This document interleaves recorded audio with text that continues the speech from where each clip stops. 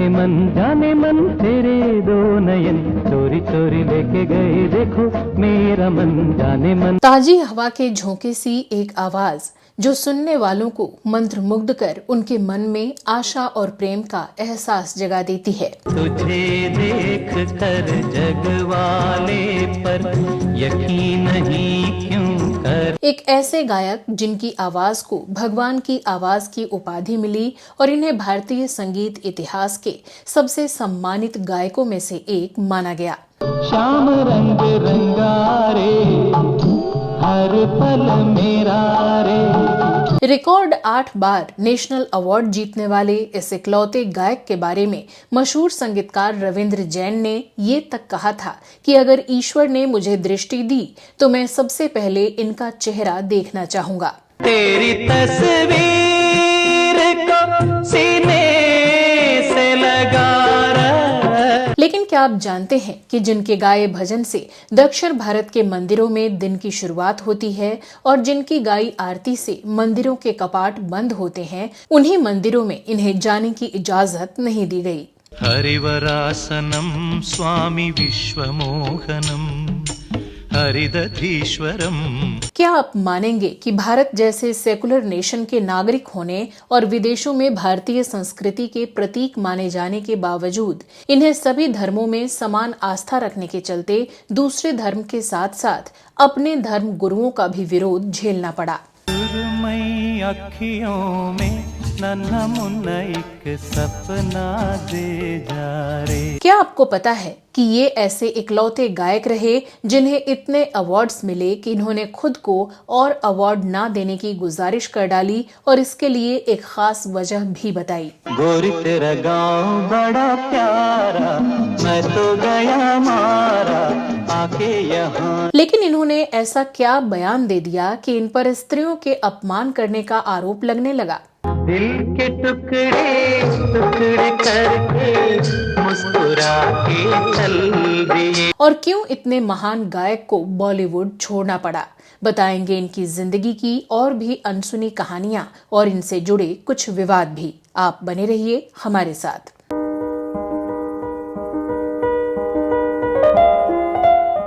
चांद जैसे मुखड़े पे बिंदिया सितारा नहीं भूल। नमस्कार दोस्तों, मैं हूं श्वेता जया और आप देख रहे हैं वो पुराने दिन।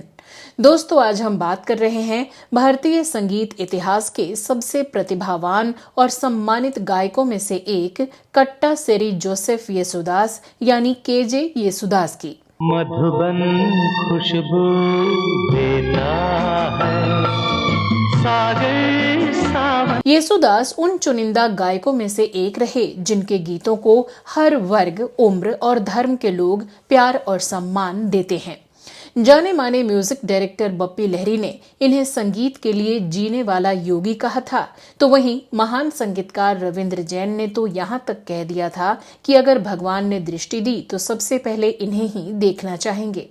इससे येसुदास के कद और काबिलियत का अंदाजा लगाया जा सकता है। इन नजारों को तुम देखो। येसुदास का जन्म केरल के फोर्ट कोच्चि में 10 जनवरी 1940 को एक रोमन कैथोलिक परिवार में हुआ था। इनके पिता ऑगस्टिन जोसेफ मलयालम और कर्नाटक के शास्त्रीय संगीतकार और स्टेज आर्टिस्ट थे। बचपन से ही येसुदास को संगीत में रुचि थी और इनके पिता इनके पहले गुरु बने। वास्तव में येसुदास के पिता ने ही अपने बेटे में सभी धर्मों के प्रति भक्ति के बीज बोए, क्योंकि उन्होंने भी मंदिरों के साथ साथ चर्चों में भी भक्ति गीत गाए थे।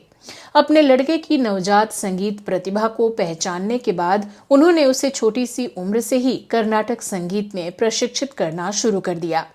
येसुदास की विलक्षण प्रतिभा का अंदाजा आप इसी से लगा सकते हैं कि इन्होंने सिर्फ 7 साल की उम्र में फोर्ट कोच्चि में आयोजित होने वाली स्थानीय प्रतियोगिताओं में संगीत के लिए स्वर्ण पदक जीत लिया था। गाँव बड़ा प्यारा मैं तो गया मारा आके यहाँ। हाई स्कूल के बाद येसुदास ने त्रिपुनिथुरा संगीत विद्यालय में पढ़ाई की और बाद में त्रिवेंद्रम चले गए और प्रसिद्ध स्वाति थिरुनल संगीत अकादमी में दाखिला लिया।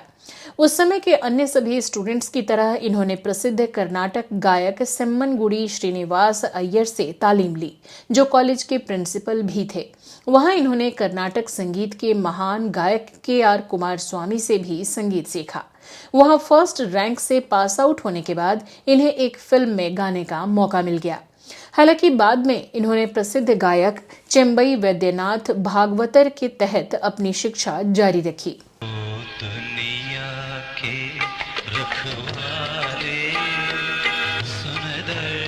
येसुदास ने 14 नवंबर 1961 को अपना पहला फिल्मी गीत जाति भेदम माथा दवेशम गाया। येसुदास उन 4 पंक्तियों को एक बड़ा आशीर्वाद मानते हैं जो उन्हें फिल्मों में अपना करियर शुरू करने के लिए गाने को मिली थी, क्योंकि ये केरल के सबसे सम्मानित संत कवि और समाज सुधारक श्री नारायण गुरु ने लिखी थी। साल 1962 में आई ये मलयालम फिल्म कल्प दुक्कल थी, जो कि श्री नारायण गुरु के जीवन और उनके किए सामाजिक सुधारों पर आधारित थी। जाति भेदम मतद्वेषम येदुमिल्लादे। इसके बाद येसुदास ने कभी पीछे मुड़कर नहीं देखा और अपनी विलक्षण प्रतिभा और कड़ी मेहनत के दम पर सफलता की सीढ़ियां चढ़ते चले गए। जल्द ही ये दक्षिण भारत के सबसे पसंदीदा गायकों में से एक बन गए। इनके गाए भजन इतने लोकप्रिय हुए कि तमाम मंदिरों में दिन की शुरुआत और कपाट बंद होने की आरती इनके गाए भजनों से होती थी। हरिवरासनम स्वामी विश्वमोहनम हरिदधीश्वरम। एक दशक तक दक्षिण भारतीय फिल्मों में गाने के बाद येसुदास को 1970 के दशक की शुरुआत में बॉलीवुड में भी ब्रेक मिल गया। इन्होंने पहला हिंदी गाना साल 1971 की फिल्म जय जवान जय किसान के लिए गाया था, लेकिन पहली रिलीज फिल्म छोटी सी बात थी जिसमें इनका गाया गाना जाने मन बेहद लोकप्रिय हुआ। जाने मन तेरे दो नयन चोरी चोरी लेके गए देखो मेरा मन जाने मन। इन्होंने अमिताभ बच्चन, अमोल पालेकर, विनोद मेहरा और जितेंद्र सहित हिंदी सिनेमा के तमाम प्रमुख अभिनेताओं के लिए हिंदी गाने गाए। हिंदी फिल्मों के लिए इन्होंने रविंद्र जैन, बप्पी लहड़ी, खयाम, राजकमल और सलील चौधरी सहित कई जाने माने संगीत निर्देशकों के साथ काम किया। इनके सबसे लोकप्रिय हिंदी गाने 1976 की फिल्म चितचोर में थे, जिसका संगीत रविंद्र जैन ने दिया था। तू जो मेरे सुर मिला ले संग गा। येसुदास ने हिंदी फिल्मों में जितने भी गीत गाए लगभग सभी हिट रहे और हिंदी भाषी ना होने के बावजूद इनके हिंदी गानों को बहुत पसंद किया गया। लेकिन फिर भी ये एक आश्चर्य की बात रही कि कुछ संगीतकारों को छोड़कर दूसरे बड़े म्यूजिक डायरेक्टर्स ने इन्हें अप्रोच नहीं किया। तब के कुछ खबरों और गॉसिप्स की माने तो बॉलीवुड में लॉबिंग करने वाले कुछ बड़े सिंगर्स और म्यूजिशियंस येसुदास के टैलेंट और साउथ इंडिया में इनके फेम को देखकर बॉलीवुड में इन्हें अपॉर्चुनिटीज ना मिलने देने की साजिश करने लगे। बेहद सरल स्वभाव वाले येसुदास को बॉलीवुड की ये लॉबिंग और पॉलिटिक्स रास नहीं आई और धीरे धीरे इन्होंने इससे दूरी बना ली। मेरे उदास मन चल दोनों कहीं दूर। जाने माने संगीतकार बप्पी लहड़ी ने 2012 में फिल्म फेयर के साथ एक इंटरव्यू में कहा था कि येसुदास की आवाज भगवान को छू गई है। किशोर कुमार के बाद यही एक गायक थे जिन्होंने मेरे अंदर से सर्वश्रेष्ठ को बाहर निकाला। वो एक योगी, एक रहस्यवादी हैं जो जीवित हैं संगीत के लिए। वो आपकी धुनों को एक अलग स्तर पर ले जाते हैं और उनका सुर एकदम सही है। आप पहली बार में इसे सही ढंग से पेश करने के लिए उन पर भरोसा कर सकते हैं। उनके साथ काम करने से मुझे अपने मधुर पक्ष के साथ जोड़ने का अवसर मिला। हिंदी में उनका बहुत कम उपयोग किया जाता है। मैं चाहता हूं कि आज के हिंदी फिल्म संगीतकार उनकी प्रतिभा को समझें और उन्हें काम की पेशकश करें। खैर, येसुदास ने अपनी संगीत साधना जारी रखी और हिंदी, मलयालम, तमिल जैसी भारतीय भाषाओं के साथ साथ रूसी, लैटिन और अरबी भाषाओं में भी लगभग 1 लाख गाने गाए।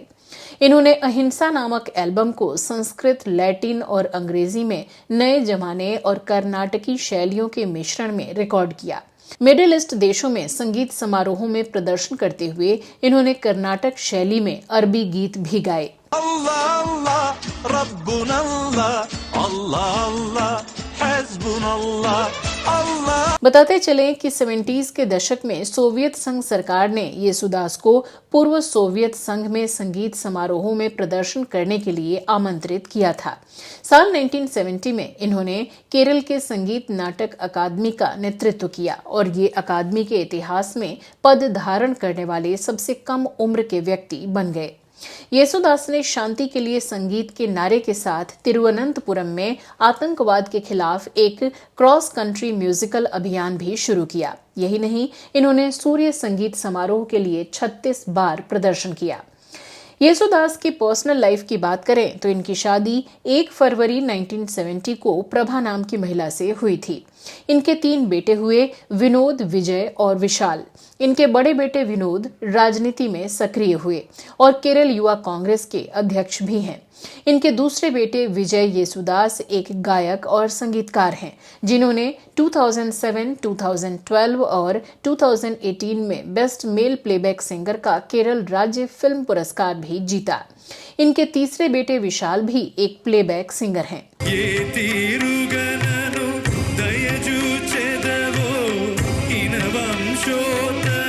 येसुदास की जिंदगी से जुड़ा एक अहम हिस्सा रहा है हिंदुत्व में इनकी आस्था को लेकर विवाद। दरअसल एक कैथोलिक परिवार से होने के बावजूद येसुदास का हिंदू धर्म से गहरा लगाव रहा है। बचपन से ही भगवान के भजन गाते हुए हिंदू धर्म में इनकी आस्था गहरी होती चली गई।